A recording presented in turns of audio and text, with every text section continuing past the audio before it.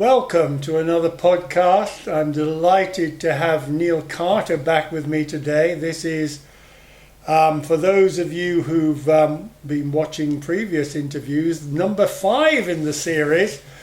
So I just couldn't help but interview Neil and ask him back after he's given us so much wisdom and so much to think about in terms of what's been going on and off the planet. For those of you who may be new to Neil, just to say that Neil is a starseed from the Andromeda Galaxy who volunteered to incarnate in a human form and have the experience of living here on Earth to observe us and to share his wisdom and his knowledge, and that's why he's here. Welcome back, Neil. Thank you, Glenn. Thank you for inviting me back. It's been a wee while, hasn't it? It's been a while, hasn't it? But, so I'm hoping that you've saved up a lot of gems for us in the meantime. We'll see what comes up. Absolutely, yeah, absolutely. Yeah. So, first of all, Neil, we met a few weeks ago, and I remember telling you about something I'd read about 2 or even more huge ships just outside the solar system, said to be bigger than Jupiter in terms of size. And you did say that you were aware of them and so on. So can you share with us who they are and what they're doing? Sure, yeah. Well, the 2 large ships that you were referring to actually belong to the Andromeda Council. And both of these ships are part of a fleet of ships called biospheres, and the 2 that you were referring to at the time, Namaste and Pleiadra, these are both Jupiter-size ships, absolutely huge. Wow. And they are part of this fleet of 12 biospheres at the moment, 12 ships. And these 2, obviously, they're sitting just outside of our solar system at the moment. They're absolutely huge, and they all have their own environments, similar to Earth. They have living areas, they have oceans within the ships. Wow. They have mountain ranges within the ships. So they are a whole living biosphere, which is what they call them. And so like a planet itself. It's like a planet itself, yeah. Wow. Yeah. But they are ships where they move through different galaxies, but they are stationed just outside of our solar system at this time, along with a fleet of others. Their main ship, the communication ship, which is called Viera, is located just behind the moon at this moment in time. Oh. Not as big as those 2, but still quite a sizable ship. The Viera, I believe, is 300 miles in length by 170 miles by 50 miles. Wow. So it's still a sizable ship. And the Viera is where a lot of these meetings are taking place at the moment, with the Galactic Federation. There's a lot of meeting rooms there, a lot of conferences take place there. Or meetings with our people. With our people as well, okay. yeah, with the White Hat Alliances, yeah. And so a lot of this has been done on the Viera, which is at the far side of the moon, in position there. So yeah, there's a lot of ships out there, and within our solar system at the moment, there's between 3,000 to 4,000 ships, maybe about 1,700 or 1,900 motherships. They're the sizable ones, and Yeah, it's a busy place up there at the moment. There's still a lot of ships coming and going, but a very, very busy place. Yeah. And, You preempted my next question, because I remember you telling me recently about the skies being covered in ships. We obviously don't see them because they're cloaked or whatever. But and now the Galactics are saying that more are coming. yes, Right. there is more coming. Yeah. So this obviously, the space is a big place. So this obviously plenty begs of the room. question: is contact imminent or coming closer, and any Yes. sort of ideas on that? Yeah, it's getting closer and closer. By the day really, and they're just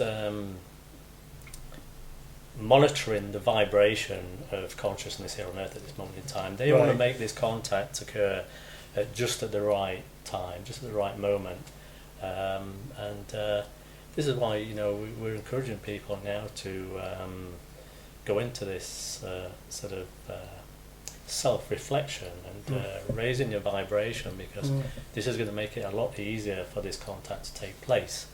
And every now and again they're just monitoring the situation and looking in where our vibration is, where our consciousness level is, and it will make it that much more easier for contact when it takes place, if we've raised our vibration up to a close level to where they are. Right. As you can imagine, a lot of these beings are very high vibrational beings. A lot of the ones that are going to show up first is going to be more human-esque, human-like sort of species, like the Pleiadians and Chorans and such, like the Arctians. But that will be the initial sort of contact. So yeah, it pays for us to raise our vibration now and our consciousness to the point where this will make it easier for contact to occur. Right. And hopefully this is what the ETs are looking at, is maybe within the next kind of 2 to 5 years sort of time scale, around the 27 to 2029. Okay. In Yeah. this sort of time frame where they're kind of, I think contact will probably take place. Yeah. That's the potential at the moment. That's where it's at the moment. But like I said, everything is in flux. Energy is in flux, and depends where our consciousness is at the time. Right. But certainly contact will happen. But that's Brilliant. the kind of time frame at the moment where the potentials lie. Yeah. So Is it possible, do you think, that some of us, let's say, who are already at a higher level of vibration, would get sort of first contact? In other words, would there be, rather than contact with the whole of Earth, humanity, certainly. I mean, that's it would already be, happened, yeah. it's already happening, I mean, yeah. that's already happened, and it is happening with certain individuals. Right.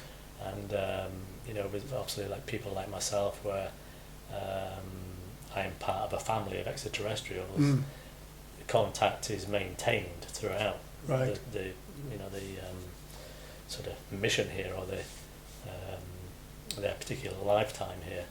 So that's already happened to some degree, where there's a lot of extraterrestrial sort of connection to individuals, and those individuals, as you've seen, are all over the internet now. A lot of them have their own websites and internet channels and such like, and you can go and search them out.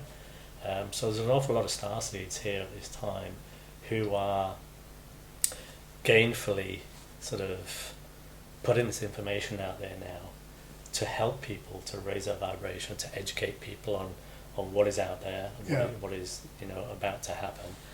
And again, it will make the contact situation easier for people, rather than being such a shock.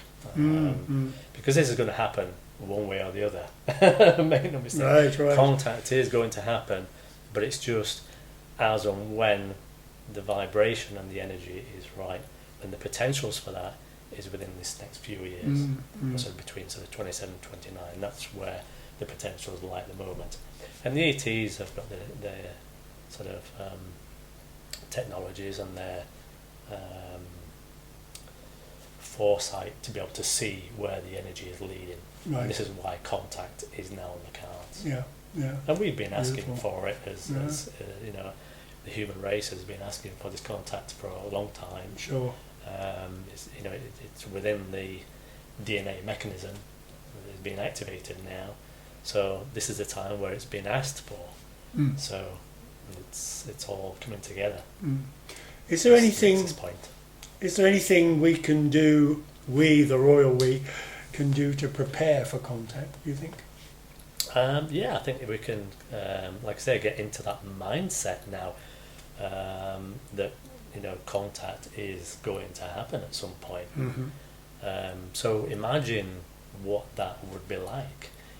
Imagine how you would feel, and project that into your sort of day-to-day reality if you can, and just let it become sort of part of your everyday thoughts. And imagine that this contact is going to occur, and maybe even visualize it. Visualize it, yeah, absolutely. Visualize it, which will help to bring this contact even closer. Yeah, Absolutely. Yeah, the more we do that, you know, the easier it's going to be. Yeah, and not so much of a shock for people. But there are going to be people during this contact sort of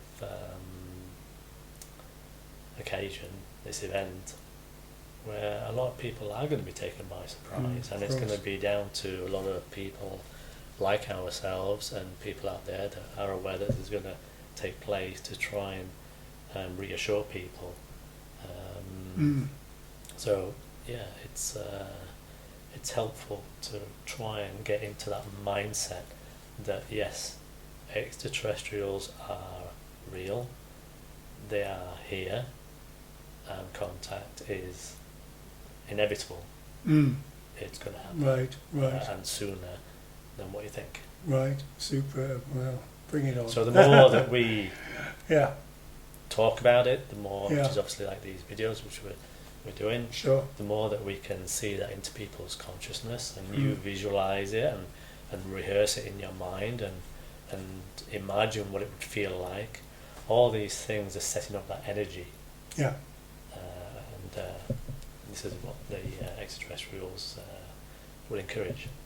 Yeah, and I think it's no coincidence, is it, that we're seeing now, or I'm seeing online on a lot of the social media channels, a lot of channelings from the galactics. I've mentioned this before, but also now they're showing us pictures of themselves. You know, whether they are they're not real actual pictures. photos. I know, of course, Yeah. but you know, to give us an indication of what we're, Yes. you know, what we might be encountering, and Yeah. these are not, you know, sort of bug-eyed monsters, you know. Well, all this is soft disclosure, Right. and again, it's to seed that idea into people's consciousness.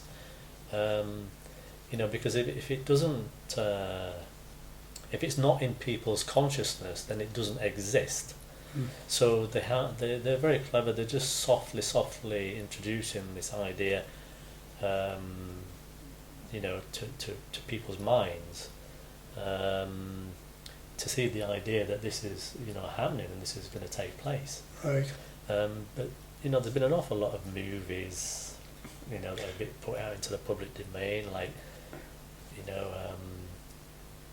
Close Encounters of the Third Kind, Yeah. and lots of other movies, For a you know, long while, Star yeah. Wars and Star Trek and all this. All that has been a effort to seed this information, and just to get human consciousness used to the idea that it's a reality Yeah. that exists. Exactly. And now here we are at this point of human consciousness raising, you know, into the next level. That this is now not just going to be an idea; it's a reality that is going to come to fruition. You know, this contact is going to be made. So it's all been pre-planned and it's all been orchestrated to some degree. Yeah, makes sense. But like I say, it's always been on the cards anyway for human civilization. You know, it's been the journey that we're making. Yeah. And you know, we have a place in the cosmos, along with all the other extraterrestrials, and they're going to help us with that. Sure. Beautiful. Well, they're going to help humanity with that. Yeah. So it's going to be an exciting Yeah, time. absolutely. Yeah, and you know, they're willing us on in this. We've talked a lot about extraterrestrials, but some people have been talking about intraterrestrials, i.e. terrestrials or extraterrestrials that actually live and have been living underground, if I can put it in superficial way, in the inner Earth. Yeah. How much do you know about them, and what is their role? Do they have a different role, do you think? There are many different species of extraterrestrial. Well, you call them extraterrestrial, that we're not really aware of here as a human society. But the inner Earth, there are other species living on this planet, and have been even before humans were seeded here. Right. There are again other species that live out in the oceans and in the depths of the ocean. And I had a brief conversation with Lacton years and years ago about this kind of subject. But just remind us who Lacton is for people maybe who haven't seen the previous interviews. Lacton is my contact, my extraterrestrial contact from my own ET family in the Andromeda Galaxy. So Lacton is the contact back to my sort of species. But we don't have labels in our society. We're a hive society. But when I was incarnated in, when this body was created holographically and I was incarnated in, I needed some kind of reference. Sure. So I named him before coming into this body, before this was the agreement, I named him Lacton so that I would know who I was speaking to when I was having this human experience. So Lacton is my contact back to my extraterrestrial family. Right. So he's the one that and he's feeding you information, or you're sharing information with him? There is a sharing of information, but there's also a lot of information that he extracts from me, because that's what my mission here is. That's your role, yeah. That's my primary mission, is to be human, have a human experience, and gather as much data as possible of what it is to be human. So I have a family, I have a regular job, I have a regular home, regular friends, a regular life, you might call it. Yeah. So I live my life just like any other human. The only difference is I'm not from here, and all the information that I accumulate during my everyday life is transmitted back to my extraterrestrial homeland. Wow! So they know all about me then. They do. Oops. Sorry, guys. Just kidding. But they find it fascinating, and they think it's absolutely hilarious that I'm in a human body. Really? They find it so funny because I've never been human before. Right. And this is you. Just kidding. They just find it so bizarre to see me in this human form and go about this strange human life, because obviously it's totally alien to them, as you would find them totally alien to you. And yet they wanted you to do this, right? They in effect sent you here or asked you to volunteer, right? Yeah. Because there's so much curiosity for humans, by extraterrestrials. Yeah. That they do come by and look in and see what we're all about, and see what human life is about and what we're doing, it's just normal curiosity, and some of it is for scientific endeavours, Yeah. the gaining of knowledge throughout the universe. So, yeah, it's just normal and natural to be curious. Brilliant, brilliant. And my species are just as curious as Yeah. any others. Yeah, absolutely. Well, And, there And is why not? potential they want to make contact in Yeah, the yeah, future. yeah. So this is all part of our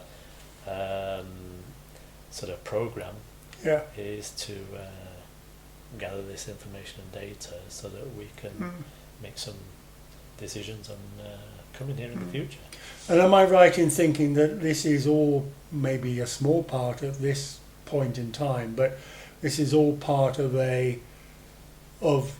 like a bigger picture integration of humanity, Earth humanity, into the galactic community? Yeah. Well, humanity is heading in this direction where we're going to take, it's going to take its place within the sort of cosmos, along with a lot of the other extraterrestrials who are going to guide humanity through this process. And they're looking forward to it. This is why they're here. Right. And a lot of the extraterrestrials are the original family of human beings, because human beings didn't originate from planet Earth. Right. Human beings have been scattered throughout this galaxy and beyond the galaxy, to be honest. But the human species was seeded here originally from the Lyra constellation. Right. From the planet Man originally, and when the seeders first created the human form, the human species. Is that how we get the word human? That's correct. Yeah, the energy that came forward in creating human was called Hue, and because it was created in this area of Lyra, in the planet Man, then that's what the name came from. It was human. Yeah. Brilliant. And from there's been lots of makes sense. Lots of humans spread across the cosmos, and taken up lots of different variations, shall we say. Going Just back like to the... Sorry, go on. How'd you finish? I'm just saying, like here on Earth, there are, into sort of, what do you call it?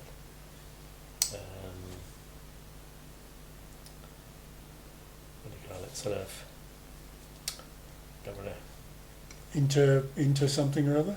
Yes. Not integration, into... Yeah, but they've been kind of like, I don't want to say crossbreeding, but you know what I'm saying. Oh, yeah, okay. Yeah. Yeah. That kind of thing. I can't think of the word for it at the minute. I think we understand. I'm sure we do. Yeah. Okay, but just going back to the inner Earth beings, do you see them as having, let's say, a different role, or are they part of the whole thing, and are we going to see them coming to the surface, do you think? I think you'll see some of them come to the surface eventually, but a lot of that knowledge about who is actually here beneath the surface will come from the extraterrestrials once contact is made. Right.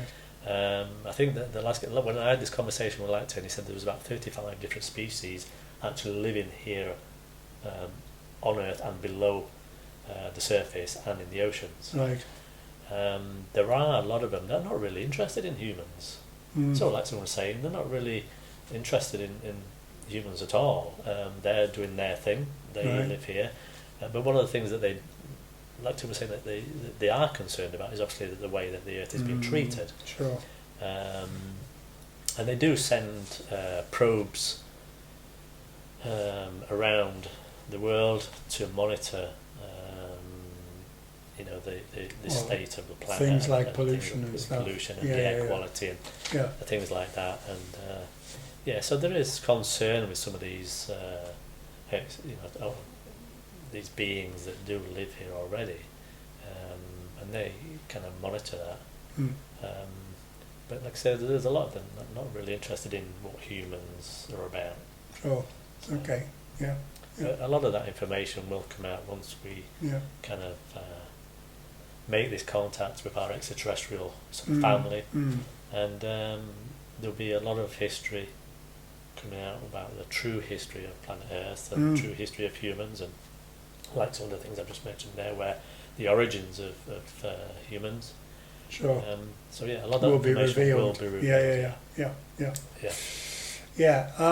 One thing I wanted to ask you, Neil, and maybe you can only answer this from your own, from the perspective of your own species, but do the ETs believe in God or an infinite creator or source, or sometimes, it comes under different names, of course? Yeah. They understand that they probably wouldn't give it the label God. Right. But they understand that there is an infinite source, right, an infinite consciousness that is the creator of all things. They probably all call it different things, but yeah, they do have an understanding of, or a higher understanding, that there is a infinite creator of all things. Yeah. Well, Yeah. but they don't, as I understand it, have similar practices, let's say, as we've had on this planet, of creating religions around worshipping gods and that sort of thing, I imagine. No, because all that has been is part of the experience of being here on Earth. Right, it's part of the very much our own thing. Control mechanisms that were put in place by certain other extraterrestrials that hacked into the sort of experience here. So a lot of that religion and things like that doesn't exist out there. Right. Good to know. Yeah. I wanted to ask you about some of these ET councils. Interesting today, in fact, this morning I saw a reference on one of the galactic channels to humans actually becoming part of certain councils. We've, I'm sure I mean, online you hear of the Palladian Council, the High Council of Sirius. Just those as a couple of examples. Yeah. So, how much do you know about these councils, and are we going to be sort of co-opted by them in some way? I mean, when I say we, Earth, humanity. Well, I think a lot of these... or do they have certain idea. associations with certain humans living on the planet? In other words, is there a sort of a direct relationship?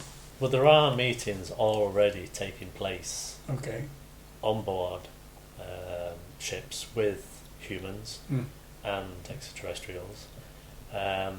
So there will be some form of council put together. At the moment, as far as I'm aware, these meetings with the Earth people, the Earth Alliance and the extraterrestrials, is to determine how and what is the best way that this contact is going to look like when it occurs. Okay. Because there needs to be a certain amount of disclosure also that's going to be put out to the public domain, which is part of these meetings, what's being spoken about, and also the kind of rollout of how a lot of this information is going to be put into the public domain, and how these technologies are going to be rolled out into human society also. So there's going to be a lot of changes, as you can imagine, to the financial systems and educational systems and all these kinds of sort of areas and facets of human life that are going to have to be managed in some way. Yeah. So there's already, for want of a better word, a kind of series of meetings going on. I wouldn't probably call, I wouldn't necessarily call it a council just yet, Mm. but this will probably springboard when contact is made into a council being formed between Right. the Earth Alliance and. Yeah. But a lot of the extraterrestrials are already in conversation with not necessarily people in positions of power or government, or they have been, but it's more so with private enterprise people, CEOs of private corporations and companies like that, and ethical scientists and ethical academics sort of type people. These are the ones who are going to help to roll this out Sure. in a fair and ethical way Right. into human society. Right. So yeah, these conversations are already taking Yeah. place as we speak, Yeah. and like I say, a lot of these do take place on Vieira, which is a very busy place. A lot of extraterrestrials visiting. It's quite a busy hub. Right. But there's also a large spaceport that has been built between Mars and Jupiter, and also there are a lot of meetings taking place there as well. Okay. With human, white hat and extraterrestrials as well. That's been purposely built for a lot of this to Well, take place. yeah. So yeah, so a lot of that will give rise to a council as such, I would imagine.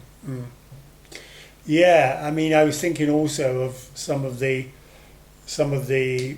ET races seem to already have their own councils which they operate themselves, as it were. Yeah. And Yeah. whether there's, whether, let's say, for example, the Pleiadian High Council will make contact with a different part of humanity than, let's say, the High Council of Sirius. Yeah. And so it's Will all, that depend on their sort of, the origin of humanity here? And do you know? I think it's just trying to orchestrate the whole thing. I see. There are lots of different councils, like you say, lots of different councils within lots of different extraterrestrial races. But the Galactic Federation is trying to bring together. Bring them together, yeah. Yeah, the whole. So it all comes down to transparency. When this contact is made, what we don't want to happen is lots of information being kept secret again, being kept by certain individuals. It's all about transparency and putting out the information what people need to know and not keeping anything secret. Right. Otherwise, what's the point? Everybody has to know, and that's what all these councils are there for, is to bring this contact event and this contact sort of situation to a place where everyone is going to be included, because everybody needs to know. Sure. No, Makes no sense. secrets. The transparency has to be there, and it has to be done ethically and morally by the people that are within these councils. Yes, there's going to be disagreements. There's disagreements that go on in a lot of these meetings. Sure. But we've all got different points of view sometimes, and sometimes this is the whole point of conducting these meetings, is to thrash out some of these different opinions and different ideas. Yeah, as they come together, they're all looking at this contact event and this contact scenario. They've not all got the same idea on the way that it should look, but they will all reach a decision that it works for everybody, and that's the main thing, is that it works for us and it works for them, and that we all meet at this vibrational match, this high state. Do you think the ETs will be involved in maybe helping or re-educating, let's say, humanity in terms of its, what I would like to call its real history and the history of the, of the cosmos generally, because I think in the same way that you were saying a lot of it has been withheld, technology and so on. Yeah. As you know, a lot of the truth about what's been going on, a lot of the history that we've been taught is actually incorrect. Yes. Is this part of it, do you think? Yes, definitely. Yeah. A lot of the information is going to be brought forward when contact is made, and a lot of it will be holographic, so that you will be able to explore it and see it, and it will be there for everybody to see. No secrets, like I just explained. It has to be all transparent, and people have a right to know but understand their true origins and the true history of what's happened here, and why what has happened has happened. There will potentially be some people will be very angry, and some people very frustrated and upset, and it'll become as a shock. But like I said before, it's up to people like ourselves, the awakened ones, to help those people and reassure them, and go through that learning phase, and coming to terms with it. But yes, a lot of that information will be brought forward initially and given to people and shown to people. And people will understand where they stand in the cosmos. Sure, beautiful. So recently, Neil, we're all family. Very good. We're all family. Yes, we're all family. Well, no, I have no doubt. So I was going to say, recently there has been a lot of talk in the media and so on about war and nuclear exchange, based on certain activities, alleged activities in the Middle East. Have the ETs been involved in this, to your knowledge? And is there any truth in the statement or allegation that the ETs have basically diffused the nuclear potential on this planet, and so that nuclear war will never actually happen? There is close attention to what is going on, yes. But you have to remember,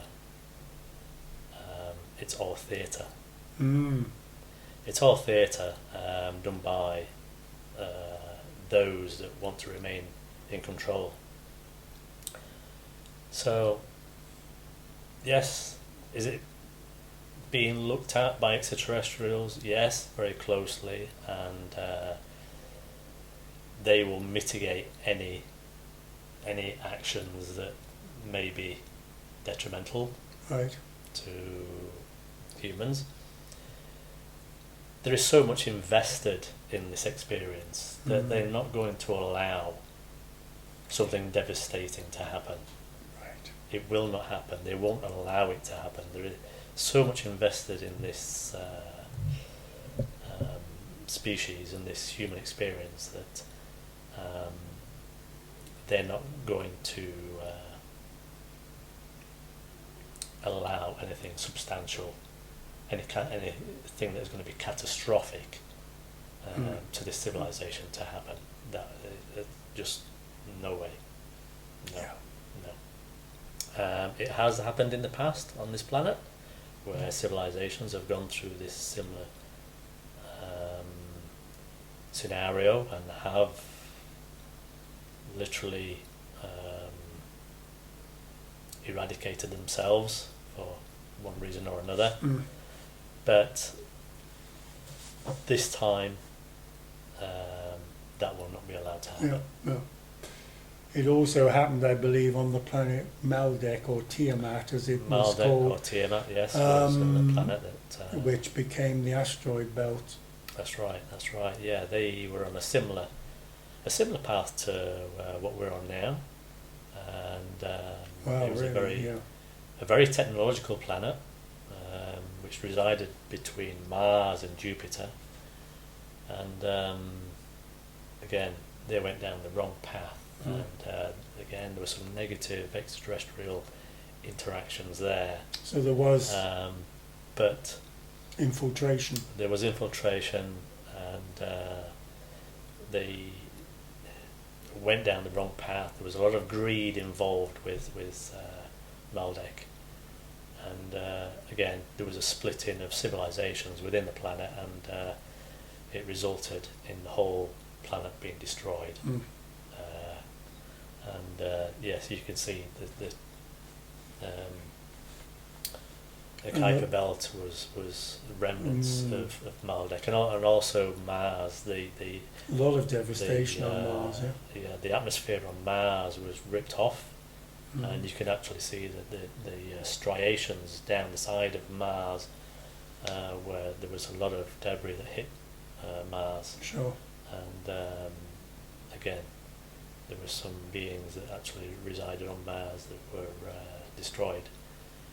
So this is, the destruction of civilization has happened a few times in this vicinity, and it has happened on this planet with Atlantis and Lemuria and such like.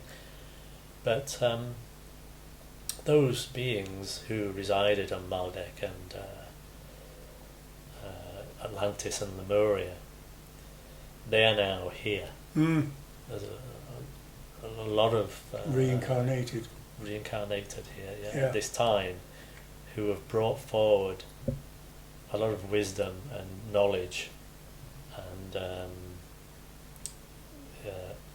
this time, this timeline that we're on now, will not be allowed to go down the same route.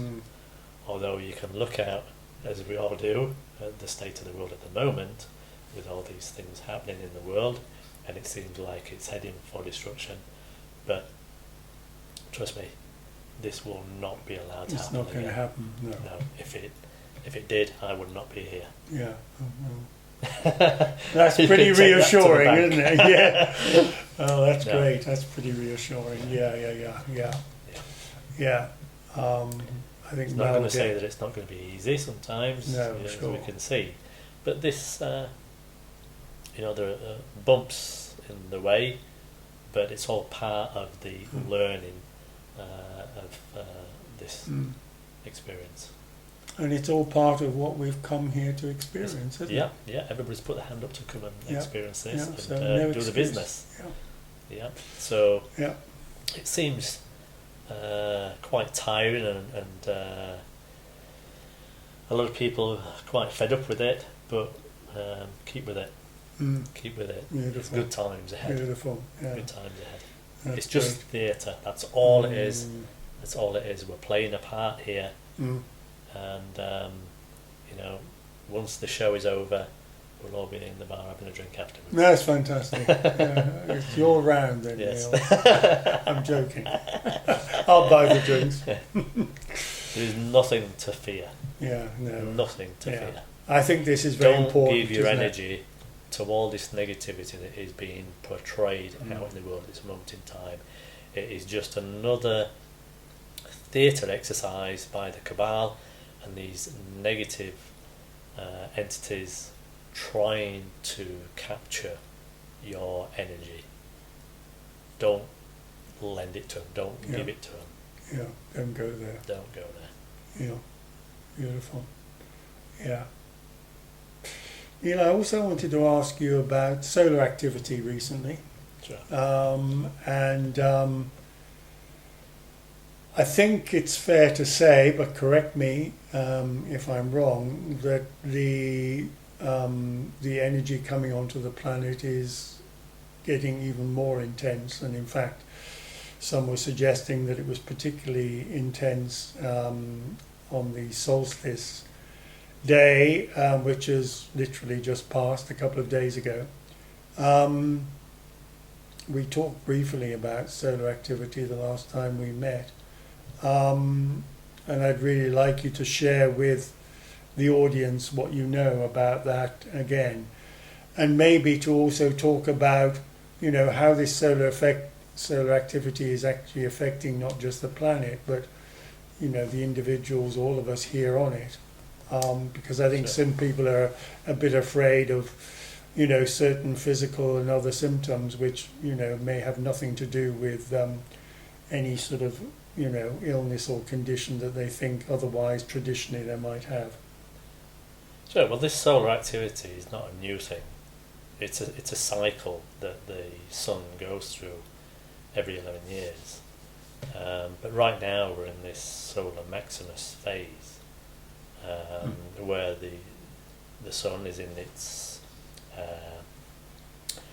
it's in this transfer of poles sort of cycle at the moment. So the energy that is coming from the sun, the solar energy, is at its maximum. Right. So we're feeling the effects of this on planet Earth. Yeah. And I certainly am. Yes. yeah, a lot of people are. A lot of people are, because it's designed to activate a lot of the DNA within the body, and the encoded energy within that solar activity is activating the DNA in a lot of people. Right. And you're going to feel physical results from that. It's going to have a physical effect on the human body, tiredness and fatigue and headaches and such like. But it's also upgrading the nervous system to the body as well. Mm-hmm. So again, it's getting the human body ready for higher vibrations and higher energy, being able to take on board more energy and more information, light encoded information. Okay. Yeah. Again, it's to do with the contact that is going to occur. It's activating us all to raise our consciousness and vibration to the level where this contact is going to be able to take place as well. And it's part of our evolutionary sort of journey. And the sun is, like I say, is at this solar maximus sort of time now, where it's pumping a lot of this out throughout the whole cosmos. And the effect on the Earth is that it's raising the consciousness of the Earth herself, and the poles of the Earth are now starting to change also. So the poles of the sun are in transition, and the poles of the Earth are in transition. And what that will do is it will lower the electromagnetic field around the Earth. And the scientists are already looking at this, but for us it will allow this veil between the non-physical and the physical to become that bit closer. And so the energy that is coming in is also from the non-physical, but also into the physical body itself. So all this is coming together now at the right time, and this is going to catapult us forward a little bit further now in this process. So it's part of the ascension process then? Part of this ascension process, yeah. That makes sense. It's we're part of the cycles of the sun, but it's all at the right time, at the right place. This is how everything works in the universe. Right place at the right time. So yeah, beautiful. Yeah. And as we move through the galaxy, the sun is in a different place now. Yeah. So the sun itself is receiving that light encoded energy from the galaxy, from the central sun, and from all the other suns in the cosmos. Right. They're all interlinked. So throughout this ascension process, we're receiving energy from all over the universe, and it's projected through the sun. To your knowledge, are other species on other planets or in other galaxies going through a similar ascension process, or is that depend on their own timing of when their sort of timing is right, as it were? What about your own species? There are other planets that are going through their own ascension processes at the moment. Right. Not necessarily all in the same way that we experience in this one here. Right. But yes, there are other planets out there that are going through similar ascension processes. Yeah, it's part of the normal cycle of life on planets and the seeding of planets. But like I said, not all necessarily in the same way or to the degree that it's been played out here on Earth. But certainly, yeah, it's a cycle. The cycles all around us in the universe. The cycle of planets, cycle of suns, cycle of the body, and it's a cycle of the universe, the multiverse. The cycles within cycles within cycles. Yeah. Right. Excellent.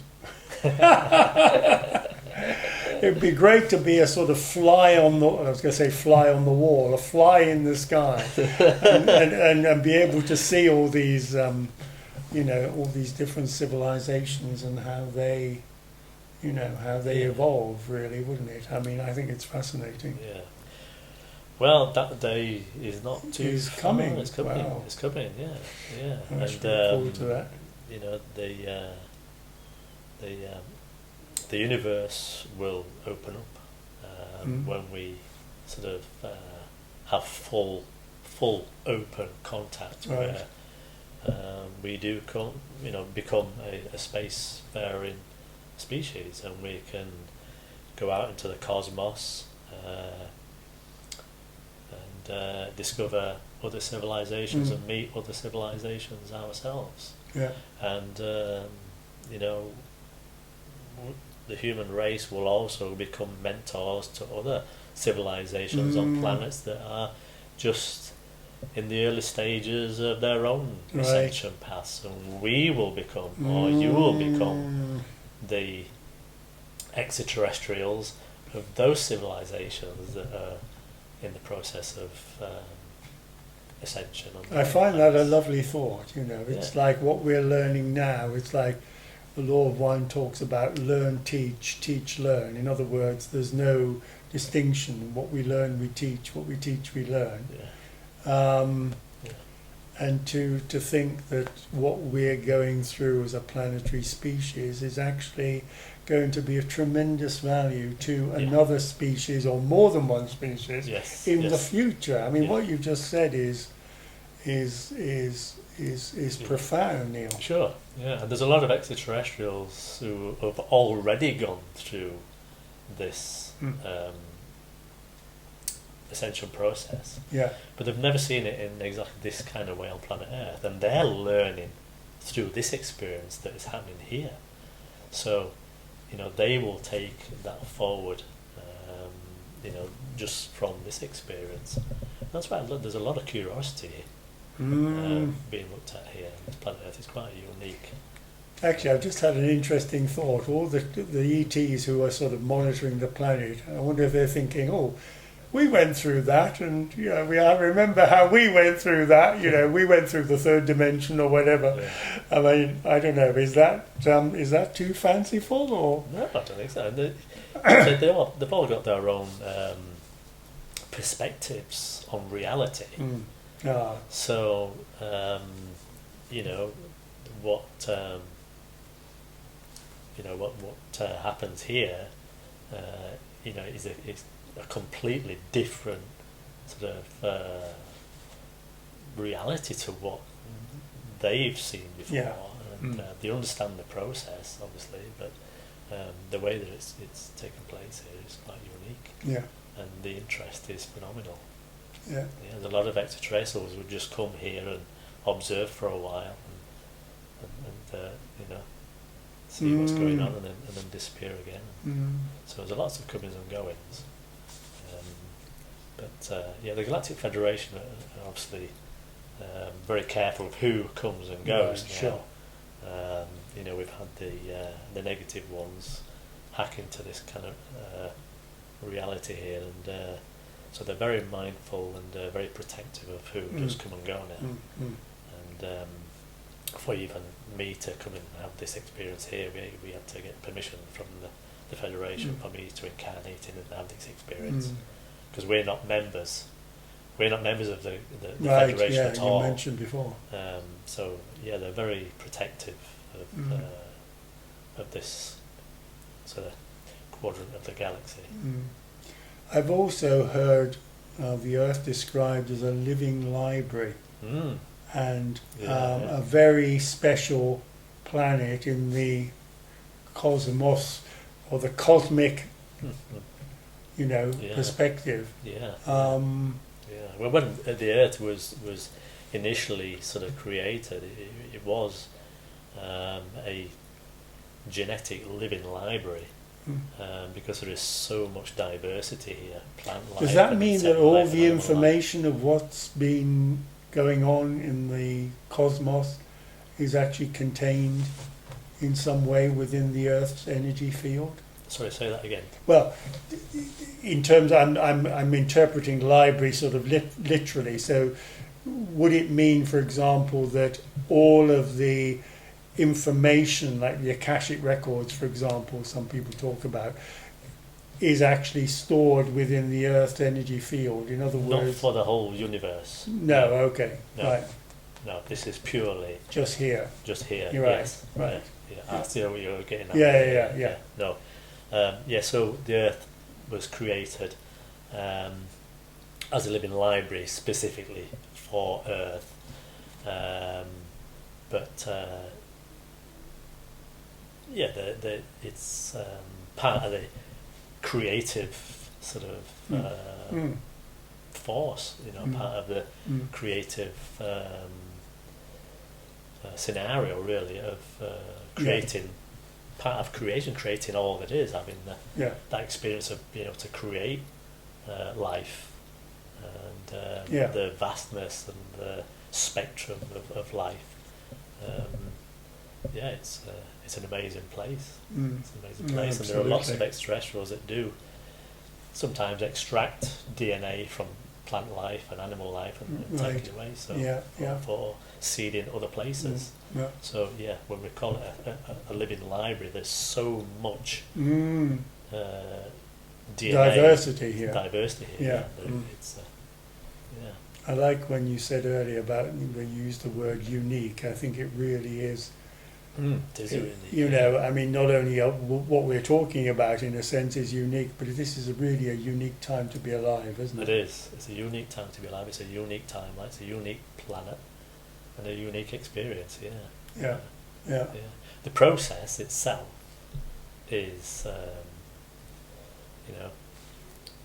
what happens. It's a cycle of creating life and life expanding and becoming conscious of its self-awareness and then raising its vibration to its full potential, and then being able to become space-faring and part of the cosmos. But this experience, yes, it is very unique on planet Earth. That's why there's so much interest. And if I may say so, you're a pretty unique guy, Neil. And we're blessed to have you. We're blessed to have you share what you know with us. It really is, I think, tremendous. And my pleasure. But, sorry, you were going to say? No, correct. No, I was just going to say, that not only is your information, I won't say unique to many, to some people, perhaps it isn't so unique, but to, the vast majority, it will be. And some of it, I guess, will be, maybe even hard to swallow for some people. But, sure. The timing is right, isn't it? For people, you mentioned this earlier, for people to know, that not only do ETs exist, but there is a vast infrastructure and a vast connection between us, which people need to know about. Yes. Don't you think? It's going to make it easier in the long run, and that's the whole reason why I'm sitting on this couch with you and talking about this stuff. And we're at this point in time now where it is easier to talk about it, because I met my extraterrestrial family 20 odd years ago now, and I did try to talk about it, back then, and no, people would not have any of it. Didn't want to know. No. It was very, very difficult. So you can see the difference in consciousness. Yes. From 20, 30, 40 years ago to where we are now. being able to openly talk about things like that. Mm. Even governments and press conferences are being conducted now talking about Yeah. a lot of this stuff. We have all these whistleblowers who have been in a lot of these secret programs who Yeah. are now openly talking about, yes, we have retrieved certain craft Yeah. and And biological back entities. engineered them. Yeah. So the time has got to the point where consciousness has raised to the point Mm. where we're starting to put on our big pants and talk about it now. It's a good way of putting it. Because that's what needs to happen now. Sure. Put the big pants on. Let's talk about it. It's a real thing it's happening now. They're openly flying in the sky Yes. now. Extraterrestrials are, like I said, it's soft disclosure where they're exposing their craft to pilots, airline pilots, Radar controllers. radar, air traffic control Yeah, systems, military personnel. They're hovering over military bases. So this has been going on for a long time. Mm. So, now it's the time to, like I said, put the big pants on and let's Yeah. talk about what is going on and bring this forward.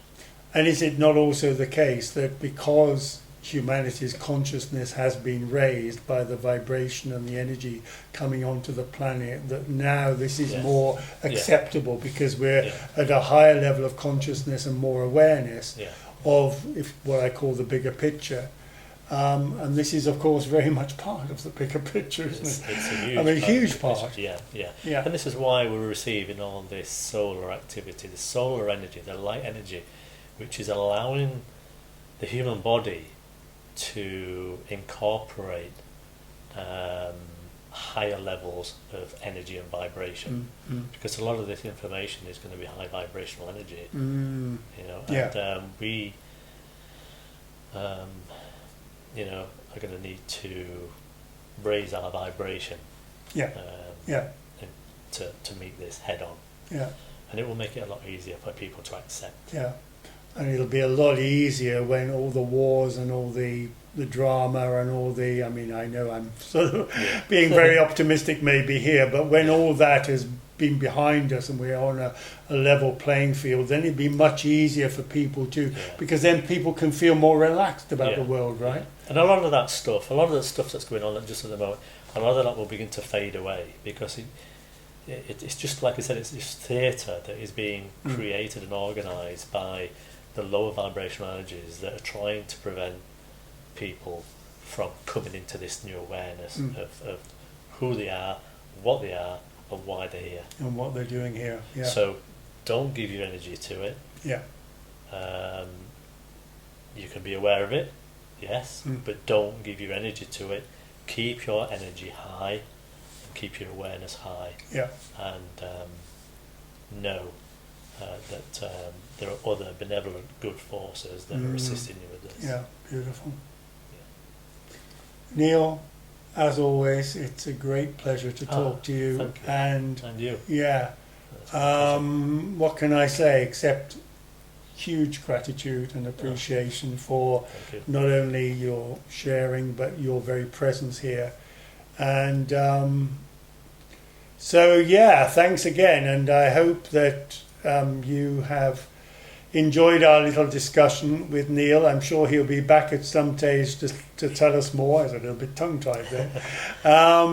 And if you have any comments or thoughts about the interview, do please feel free to put them in the comments section below the video. We are very interested to hear from you, and especially if you've got any very difficult questions that I can ask Neil next time around. I'm just kidding. But no, thanks again for watching. Thanks very much, Neil, for being here. Thank you for asking me. And bye for now. And join me and Neil again next time watch out for the new link, and we hope to for you to join us then. Yeah. Thanks Lovely. again Thank for you watching. very much. Thank you, everyone. Thanks. Bye.